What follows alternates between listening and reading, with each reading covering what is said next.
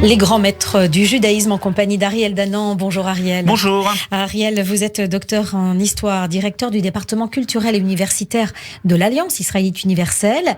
Et aujourd'hui, vous allez nous parler de le Meiri. C'est un rabbin de Provence du XIIIe siècle. Oui, j'ai choisi aujourd'hui, Léa, de vous parler d'un rabbin de Provence appelé Don Vidal Salomon de Perpignan, également appelé Menachem ben Shlomo HaMeiri, et effectivement appelé plus communément le Meiri. C'est comme cela que nous allons faire dans cette chronique. Alors, nous n'avons que très peu d'informations biographiques, comme souvent pour cette période, sur ce commentateur de la Bible et du Talmud. L'un de ses ascendants est Rabbi Meshulam de Béziers. Lui-même né en 1249 à Carcassonne et étudie à Narbonne auprès du rabbin Réhouven ben Chaim. Il est donc bien implanté dans cette Provence qui, à l'époque, est un des grands centres du judaïsme mondial. Il décède probablement le Meiri en 1306 ou peut-être, d'après d'autres sources, en 1315. Tout au long de sa vie, il va occuper des postes rabbiniques, principalement à Perpignan, et entretient des correspondances avec les rabbins de sa génération en Espagne, notamment avec le Rashba, Rabbi Shlomo ben Avraham ibn Aderet, qui vécut à Barcelone, et qui sera ensuite très cité par Rabbi Yosef Karo dans ses ouvrages de Halacha, et qui marqua notamment son opposition à l'étude de la philosophie. Cette position va entraîner une correspondance assez intense entre le Rashba et le Meiri, qui lui soutient sans réserve aucune l'étude de la philosophie et se rangea donc avec conviction dans le camp de Maïmonide.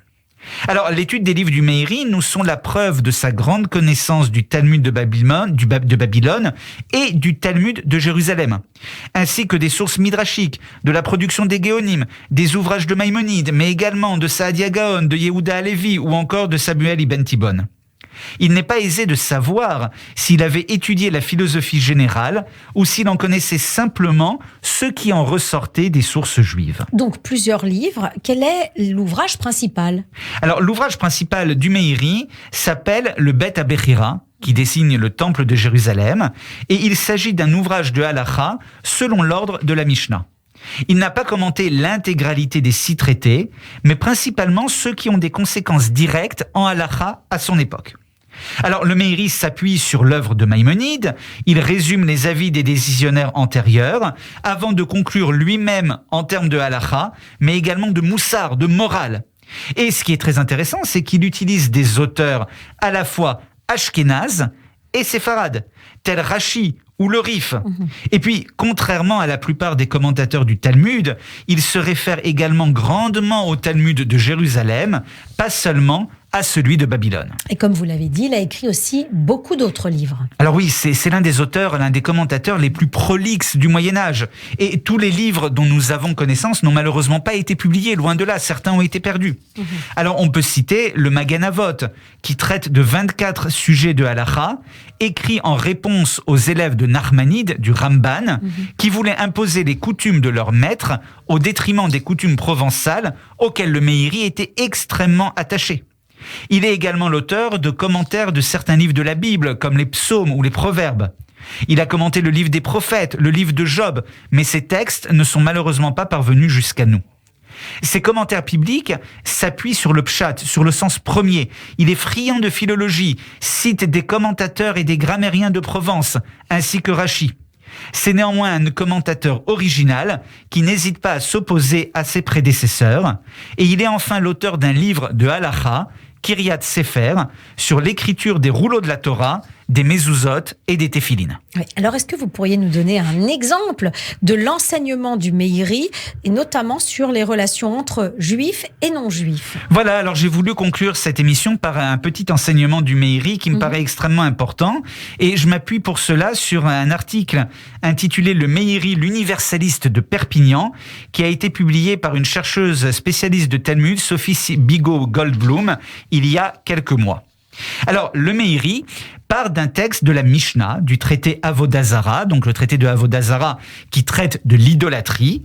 Et donc, dans cette Mishnah, on analyse les relations que nous devons avoir avec les non-juifs.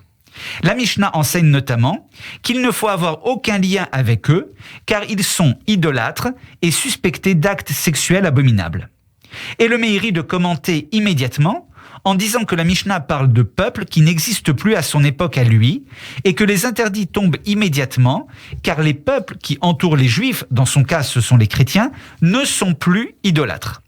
Ainsi notamment, il explique qu'il est permis de commercer avec eux. C'est très important car cela veut dire à la fois que le Meiri ne considère pas les chrétiens comme idolâtres et il est un des premiers à l'affirmer et à le justifier sur le plan de la halakha. Et encore une fois, sur le plan de la halakha, cela montre surtout d'après lui que la halakha peut évoluer en fonction des conditions historiques. Alors, la position du Meiri n'est pas isolée. Maïmonide a dit clairement que les musulmans ne sont pas idolâtres. Et un siècle auparavant, Rabbeinu Gershom, en Europe, avait lui aussi permis de commercer avec des chrétiens. Il ne s'agit pas évidemment de permettre l'assimilation pour le Meiri, mais simplement de vivre en bonne entente avec les peuples entourant les Juifs lorsque cela est possible. Et il semble que c'était ce qu'a vécu le Meiri, qui a vécu dans une Provence où les Juifs ont largement prospéré. Merci Ariel. Je rappelle que vous êtes Ariel Danan, docteur en histoire et directeur du département culturel et universitaire de l'Alliance israélite universelle. À la semaine prochaine.